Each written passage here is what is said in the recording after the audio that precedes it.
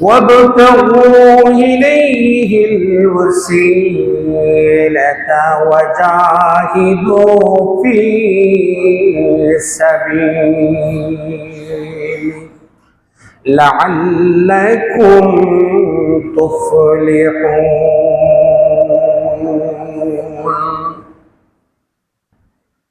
وقال الله تعالى: إن الله وملائكته يصلون على النبي يا أيها الذين آمنوا صلوا عليه وسلموا تسليما.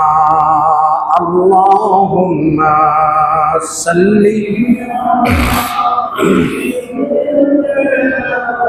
مولانا محمد وعلى آل سيدنا مولانا. यहाँ हम सब मुसाफिर है, वही आखिर ठिकाना, कोई आगे रवाना है, कोई पीछे रवाना. अल्लाहुम्मा सल्ली अला मौलाना मुहम्मद वअला आलि सय्यिदिना. मुसाफिर हर कुछा बाशद अतन्राया दली दर्द बुलबुल हर कफस बाशद चमन राया दली दारद. अल्लाहुम्मा सल्ली अला मौलाना मुहम्मद वअला आलि सय्यिदिना मौलाना. আল্লাহ পাকের অসংখ্য অগণিত মেহেরবানি যে আল্লাহ পাক রব্বুল আলামিন আপনি আমাদেরকে পবিত্র দিন শুক্রবার জুমার নামাজ জামাতের সহিত আদায় করার জন্য আমরা মসজিদে এসে একত্রিত হইতে পেরেছি।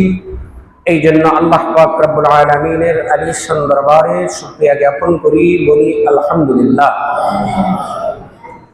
আমি আপনাদের সম্মুখে সূরাতুল মাইদার ৩৫ নম্বর আয়াত তেলাওয়াত করেছি। আমার তেলাওয়াতকৃত আয়াতে আল্লাহ পাক রব্বুল আলামিন গোটা বিশ্বের মুসলমানদেরকে তিনটি ইনস্ট্রাকশন দিচ্ছে, তিনটি আদেশ দিচ্ছে। এক নম্বর আদেশ হলো ইয়া আইয়ুহাল্লাযীনা আমানুত্তাকুল্লাহ, হে ঈমানদারেরা তোমরা আল্লাহকে ভয় করো। আল্লাহকে ভয় করা মানে আল্লাহর হুকুম আহকাম বিধি বিধান আদেশ নিষেধ মেনে চলা, সর্ব অবস্থায় আল্লাহকে আল্লাহর একত্ববাদকে বিশ্বাস করা, সর্ব অবস্থায় আল্লাহকে ভয় করা। ইত্তাকু শব্দের অর্থ হচ্ছে ভয় করা, বেঁচে থাকা, পরহেজ করা। আমরা ভয় করব আল্লাহকে, বেঁচে থাকবো গুনাহ থেকে, পরহেজ করব পাপ থেকে, অন্যায় থেকে, খারাপ কাজ থেকে। এবং সর্ব অবস্থায় আমার মনের ভিতরে ওই ধারণাটুকু থাকতে হবে পৃথিবীর কেউ দেখে না, দেখেন কে? এটার নামই হচ্ছে তাকওয়া। দুই নম্বর যে কথাটা বলেছেন ওয়াবতাগু ইলাইহিল ওয়াসিলা, তোমরা আল্লাহর সন্তুষ্টির জন্য উসিলা তালাশ করো। উসিলা মানে মাধ্যম। তিন নম্বর যে কথাটা হলো ওয়াজাহিদু ফি সাবিলি, তোমরা আল্লাহর রাস্তায় জিহাদ করবে। জিহাদ শব্দের অর্থ শুধু এটা না যে অস্ত্র নিয়ে কাফেরের বিরুদ্ধে যুদ্ধ করাটাই জিহাদ নয়। সৎ কাজের আদেশ যদি করেন, অসৎ কাজের নিষেধ করেন, এটাও হবে আপনার জিহাদ। আল্লাহ বলেন তোমরা যদি ওই তিনটা আদেশ পালন করতে পারো লাআল্লাকুম তুফলিহুন, তোমরা সফল কাম হবে। তাহলে আল্লাহ যে ওই আয়াতের মধ্যে একটা কথা বলেছেন ওয়াবতাগু ইলাইহিল ওয়াসিলা, তাকওয়া আমরা বুঝলাম আল্লাহকে ভয় করা। ওয়াবতাগু ইলাইহিল ওয়াসিলা, তোমরা উসিলা তালাশ করো। আসলে উসিলাটা কি?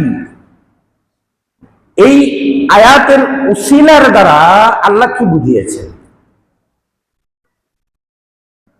এই আয়াতের উসিলার দ্বারা মুফাসসিরিনে কেরাম তাফসীরের কিতাবে এর কয়েকটা ব্যাখ্যা দিয়েছেন। এর একটা ব্যাখ্যা হলো আল্লাহর সন্তুষ্টি অর্জন করা, রাসূলের আনুগত্য করা। আল্লাহর সন্তুষ্টি অর্জন করা, রাসূলের আনুগত্য করা। আমি আল্লাহর সন্তুষ্টি অর্জনের জন্য যে ইবাদত করলাম, ওই ইবাদতটা হয়ে যাবে হাসরের দিন আমার জন্য উসিলা, নাজাতের উসিলা। রাসূলের আনুগত্য, রাসূলের সুন্নত তরিকা অনুযায়ী যে আমার জীবনটা পরিচালনা করলাম, রাসূলের প্রতি সর্ব অবস্থায় আনুগত্য হলাম, মহব্বত পোষণ করলাম, আমার ব্যক্তি জীবন থেকে রাষ্ট্রীয় জীবন পর্যন্ত প্রতিটি ক্ষেত্রে রাসূলের আদর্শ অনুসরণ করলাম, এটাই হলো রাসূলের আনুগত্য। রাসূলের আনুগত্যটাই হবে আমার পরকালে নাজাতের জন্য উসিলা।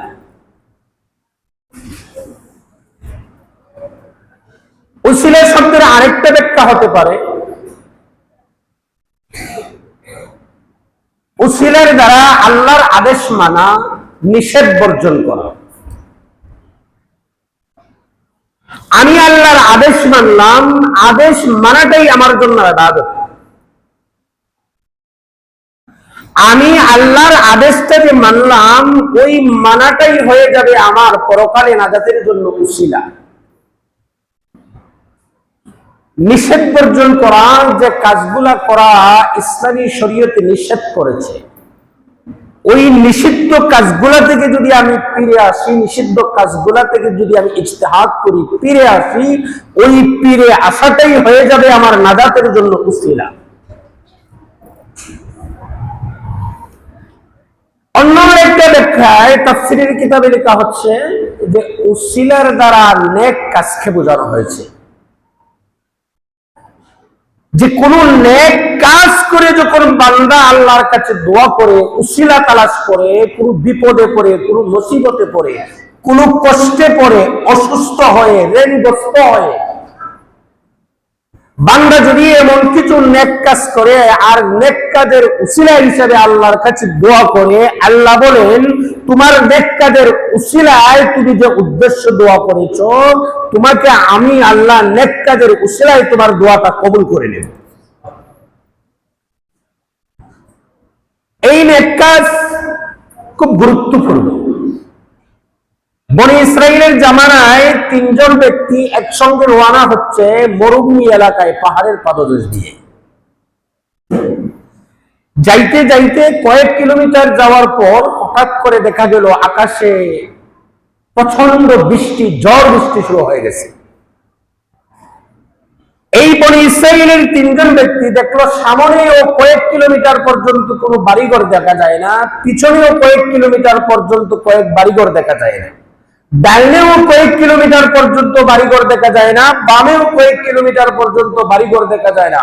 বিরাট চাটিয়ার ময়দান, এই মধ্যখানে এরা আটকা পড়ে গেছে, আর মুষলধারে বৃষ্টি, ঝড় বৃষ্টি, তুফান শুরু হয়ে গেছে। এই বনি ইসরাইলের তিনজন ব্যক্তি এখন করবেটা কি? এই ঝড় বৃষ্টির কবল, এই ঘূর্ণিঝড়ের কবল থেকে তারা বাঁচবে কিভাবে? এরা চতুর্দিকে আশ্রয়ের জন্য জায়গা খুঁজতে খুঁজতে হঠাৎ করে দেখে যে একটা পাহাড়ের মধ্যে একটা গর্ত রয়েছে। গর্ত, এরা চিন্তা করলো কমপক্ষে আমরা ওই গর্তটার ভিতরে গিয়ে আত্মরক্ষা করি। এই বনি ইসরায়েলের 3 জন ব্যক্তি পাহাড়ের এই গুহার গর্তের ভিতরে আশ্রয় গ্রহণ করল। গড়ার ক্রমে মুষলধারে বৃষ্টি এবং ঝড় বৃষ্টি হওয়ার কারণে পাহাড়ের উপর থেকে একটা বড় জবরদস্ত পাথর পাহাড়ের উপর থেকে গড়িয়ে এসে এই গুহার মুখের বরাবর এসে থেমে গেছে, গুহার মুখটা বন্ধ করে দিয়েছে।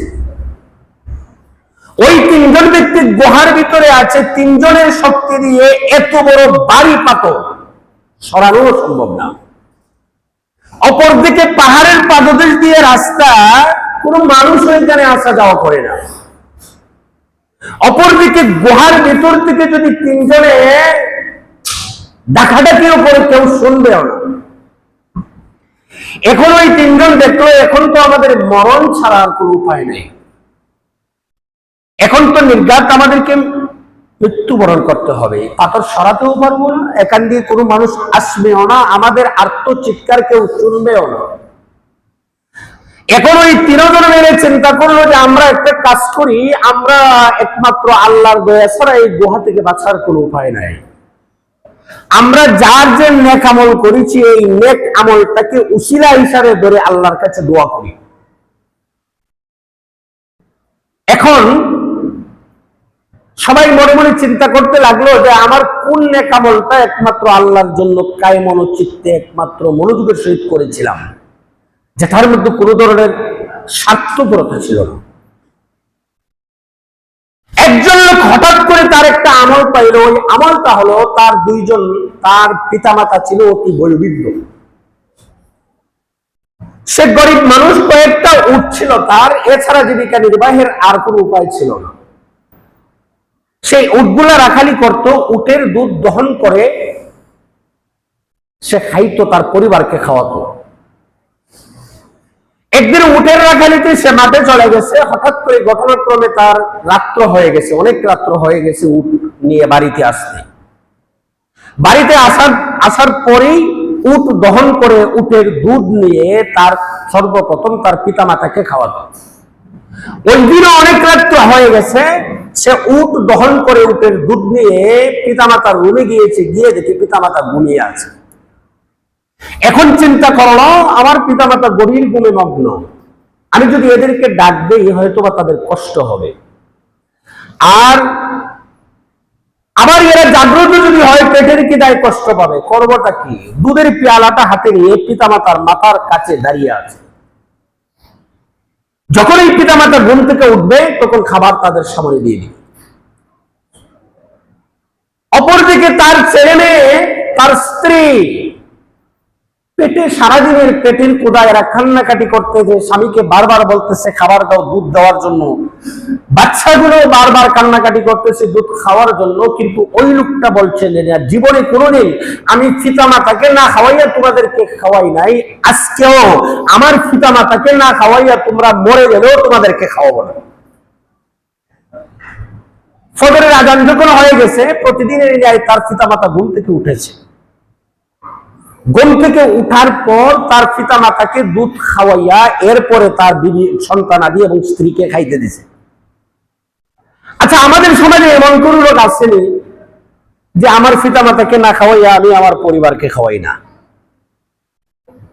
আমাদের সমাজে এমন লোক পাওয়া যাবে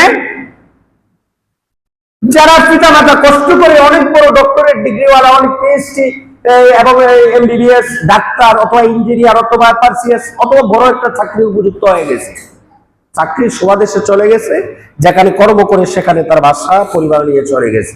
পিতামাতা তার পুরান বাড়িতেই রয়ে গেছে, ওই বাড়িতে কষ্ট করে এরা চলতেছে, হে খুব সুখে আছে, কোনদিন পিতামাতার খবরও নেই না। ওই ধরনের লোক আমাদের সমাজে আছে। কিন্তু আল্লাহর বান্দা বলে আমি কোনদিন জীবনে আমার পিতামাতাকে না খাওয়াই আমার পরিবারকে খাওয়াই নাই। সে মনে মনে ভাবলো আমার পিতামাতার প্রতি যে মহব্বতটা ছিল, ওই মহব্বতটা একমাত্র আল্লাহকে রাজি খুশি করার জন্য ছিল, দুনিয়ার কাহাকে দেখানোর জন্য ছিল না। হইতে পারে ওই আমলটি আমার আল্লাহর কাছে গ্রহণযোগ্য। সঙ্গে সঙ্গে আল্লাহর কাছে দোয়া করে বলি, আল্লাহ আমি একটু জীবনে এমন কোন আমল করি নাই যে আমলটা বেরিয়া কিন্তু আমি জানি আমার পিতামাতার প্রতি আমি সব সময় সদয় থাকতাম, কোনোদিন আমার পিতামাতাকে আমি কষ্ট দিতাম না, এমনকি কোনোদিন আবার পিতামাতাকে না খাওয়াইয়া আমি নিজে খাইতাম না। একদিন আমি তো ওট দিয়ে বাড়িতে আসতে দেরি হয়ে গেল। বাড়িতে আসার পর দেখি আমার পিতামাতা ঘুমিয়ে আছে। উঠের দুধ দহন করে আমার পিতামাতার রুমের মধ্যে গেলাম। পিতামাতার রুমের মধ্যে গিয়ে দেখি আমার পিতামাতা ঘুমিয়ে আছে। আমি আমার পিতামাতাকে ঘুম ভাঙানোটাকে বেয়াদবি মনে করে দুধের পেয়ারা হাতে নিয়ে সারাটি রাত্র আমার পিতামাতার মাথার কাছে দাঁড়িয়েছিলাম। আমার পিতামাতার ঘুমিয়ে থাকা অবস্থায় আমার সন্তানগুলো আমার স্ত্রীর পেটের কোথায় কান্নাকাটি করেছে। কান্নাকাটি করার পর আমার পিতামাতাকে না খাওয়াই আমি তাদেরকে খাইতে দেই নাই। এইবার আমার পিতামাতা যখন ঘুম থেকে উঠে তাদের মুখে আমি দুধ দিয়েছি, এরপরে আমার সন্তানাদি এবং আমার স্ত্রীকে দুধ খাইতে দিয়েছি। এই আল্লাহ ইবাদতটি যদি আপনার দরবারে কবুল হয়ে থাকে, ওই ইবাদতের উসিলায় এই গুহার ভিতরে আমরা যেভাবে আটকা পড়ে গেছি, নির্ঘাত মরণ ছাড়া আমাদের আর কোনো উপায় নাই। আল্লাহ এখন তুমি সাহায্য না করলে কেউ আমাদেরকে বাঁচাতে পারবে না। আল্লাহ দয়া করে ওই নেক আমলটি যদি আপনার পছন্দ হয়ে থাকে, এই নেক আমলের উসিলায় আজকে এই গুহা থেকে আমাদেরকে উদ্ধারের ব্যবস্থা করে দাও। এই দোয়াটা করে যখন হাত নামাইলো, সঙ্গে সঙ্গে দেখা গেল গুহার মুখটা 3 ভাগের 1 ভাগ প্রশস্ত হয়ে গেছে, পাথরটা সরিয়ে গেছে। বলেন সুবহানাল্লাহ। এইবার দ্বিতীয় ব্যক্তি আল্লাহর দরবারে দোয়া করে হাত তুলে দোয়া করতেছে, আল্লাহ আমি তো জীবনে এমন কোন নেক আমল খুঁজে পাইতেছি না যেটা উসিলা হিসাবে আজকে তোমার দরবারে আমি পেশ করব। আল্লাহ আমি এতটুকু জানি, আমি একজন চাকর রেখেছিলাম, আমি একজন গোলাম রেখেছিলাম 1 ফারাক গমের বিনিময়ে। ওই গোলাম আমার ঘর থেকে 1 ফারাক গম না নিয়ে আমার বাড়ি থেকে চলে গেল। এখন আমি ওই গোলামকে তো পাই না, তার পারিশ্রমিক গমটাও তাকে বুঝাইয়া দিতে পারি না। কিন্তু মনে মনে চিন্তা করলাম, তার পারিশ্রমিক গমটা তো তার পাওনা, কাজেই তার পাওনাটা যে কোনো অবস্থায় আমাকে আলাদা করে রাখতে হবে, এবং যখনই তাকে পাবো তখনই তার কাছে তার পাওনাটা পৌঁছাইতে হবে। আমি 1 ফারাক গম আলাদা করলাম। 1 ফারাক গম আলাদা করে ওই গমটা বাজারে বিক্রি করে শস্য খরিদ করে ওই শস্যটাকে একটা ক্ষেতের মধ্যে রোপণ করলাম। পরের বছর ওই ক্ষেতে অনেকগুলা শস্য ফলন হয়েছে। সবগুলা শস্য বিক্রি করে আমি ওই গোলামের জন্য একটা উট খরিদ করলাম। এই উটটা পরের বছর একটা বাচ্চা দিল। ওই বাচ্চাটিও আস্তে আস্তে বড় হয়ে ওই বাচ্চাটিও আরেকটা বাচ্চা দিল। ওইভাবে তার একটা 1 ফারাক গমের টাকার বিনিময়ে শস্য ক্ষেতের শস্য বিক্রি করে আমি একটা উট কিনেছিলাম। ওই উটটি বাড়তে বাড়তে কয়েকটা অনেক উট হয়ে গেছে। অনেক বছর পরে গোলাম আসছে তার দরবারে, আসিয়া বলতেছে, ও মালিক, আমি যে তোমার ঘরে আমি পারিশ্রমিক করেছিলাম, পারিশ্রমিকটি না নিয়ে আমি তোমার বাড়ি থেকে চলে গিয়েছিলাম, আজকে তুমি আমার পারিশ্রমিকটা দিয়ে দাও। সঙ্গে সঙ্গে আমি ওই গোলামকে বললাম, আরে গোলাম, ওই যে দেখা যায় উটের ঘর, ওই ঘরের ভিতরে যতগুলা উট আছে সবগুলা উট তোমার। বুঝছেন কথা? এইবার গোলাম বলতেছে, মালিক আপনি কি আমার সঙ্গে মাসখারা করছেন? আমি মাত্র 1 ফারাক গমের বিনিময়ে আপনার ঘরে আমি থেকেছিলাম গোলাম হিসাবে। আমার 1 ফারাক গম তো কিছু দিরহামের উপযুক্ত হবে, কিন্তু এতগুলা উট তো দিরহাম দিয়ে কেনা যাবে না। ওই আল্লাহর বান্দা বলতেছি, গোলাম শোন, তুই যখন আমার ঘর থেকে চলে গিয়েছিলেন, তোর গমটা আমি আলাদা করে নিয়েছি, আলাদা করে বিক্রি করে ওই গম দিয়ে শস্য খরিদ করে একটা ক্ষেতের মধ্যে বপন করেছি। পরের বছর ওই ক্ষেতের মধ্যে অনেকগুলা শস্য হয়েছে, ওই শস্যগুলা বিক্রি করে আমি একটা উট খরিদ করেছি। পরের বছর ওই উটটা একটা বাচ্চা দিয়েছে, এর পরের বছর এই উটটা বড় হইতে হইতে ওই বাচ্চাটাও আরো বাচ্চা দিয়েছে। ওইভাবে বাড়তে বাড়তে ওই গোয়াল ঘরের সব উট তোর এক ফারাক গমের বিনিময়ে হয়েছে। আল্লাহর বান্দা হাত তুলে দোয়া করে, আল্লাহ আমার কোন আমল যদি তোমার পছন্দ না হয়, ওই কাজটা তো আমি তোমাকে খুশি করার জন্য আমি করেছিলাম রে আল্লাহ। যদি তোমার ওই আমলটা পছন্দ হয়ে থাকে, তাহলে ওই গুহার ভিতরে তো আমরা আজকে বাঁচার কোনো ব্যবস্থা নেই। দয়া করে ওই আমলের উসলাই গুহার মুখটা উন্মুক্ত করে দাও, আমাদেরকে বাঁচার ব্যবস্থাটা করে দাও।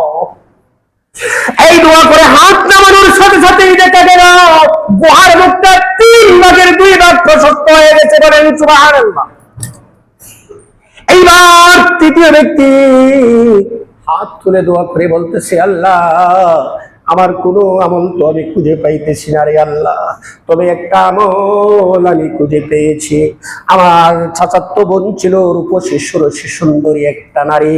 আমার চাচাতো বোনের প্রেমে পড়ে আমার চাচাতো বোনকে পাওয়ার জন্য আমি সব সময় মনে মনে কল্পনা করতাম, আমি সব সময় আমার চাচাতো বোনকে কিভাবে একাকিত্ব পাবো, তার সাথে মনের বাসনা পূর্ণ করব, ওই ধরনের চিন্তা চেতনা আমার মধ্যে সব সময় কাজ করতো।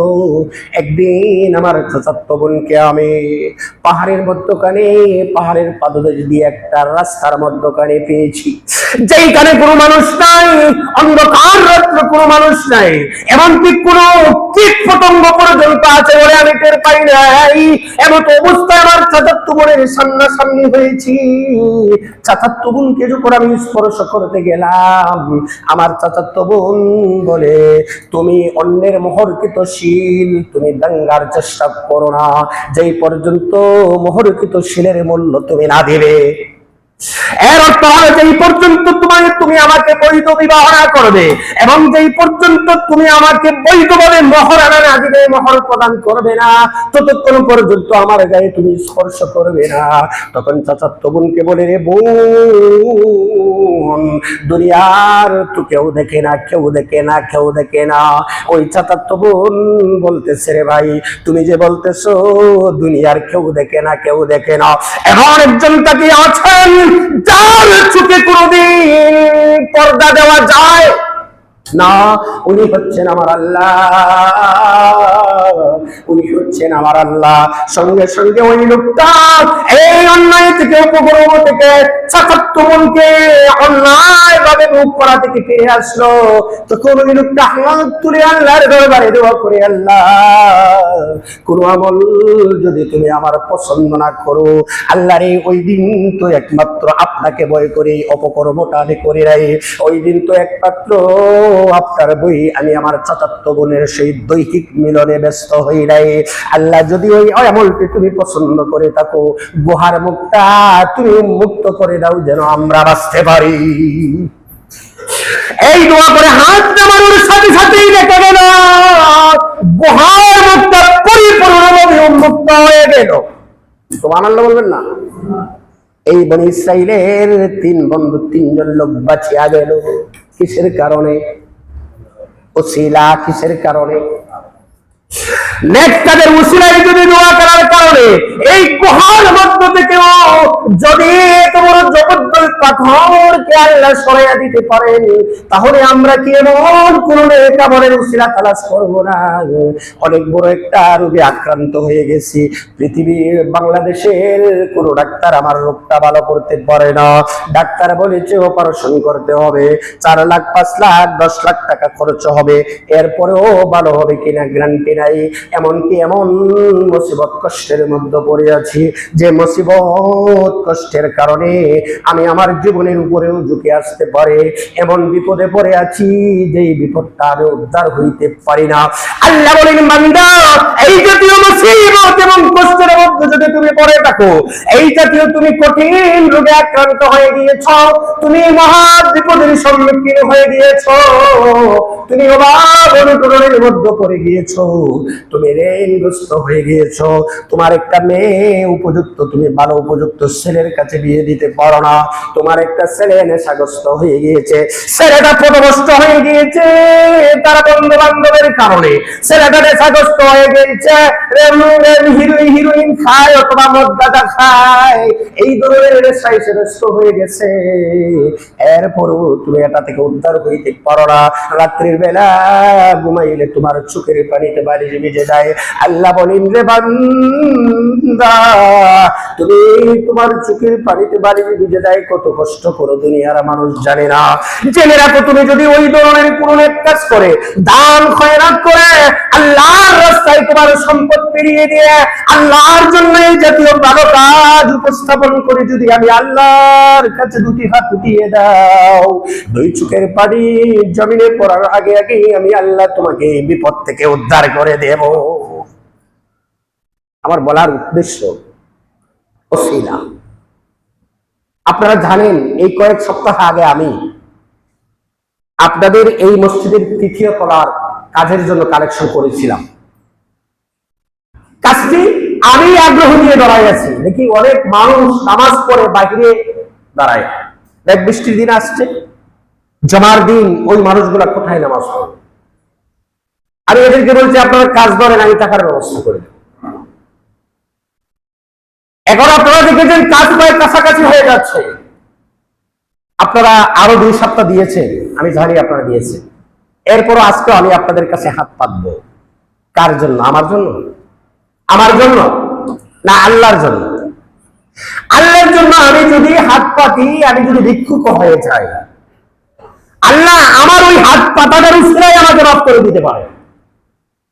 আমি আপনাদেরকে বলবো 5 মিনিট আপনারা আল্লাহর ঘর মসজিদের জন্য 5,000, 10,000,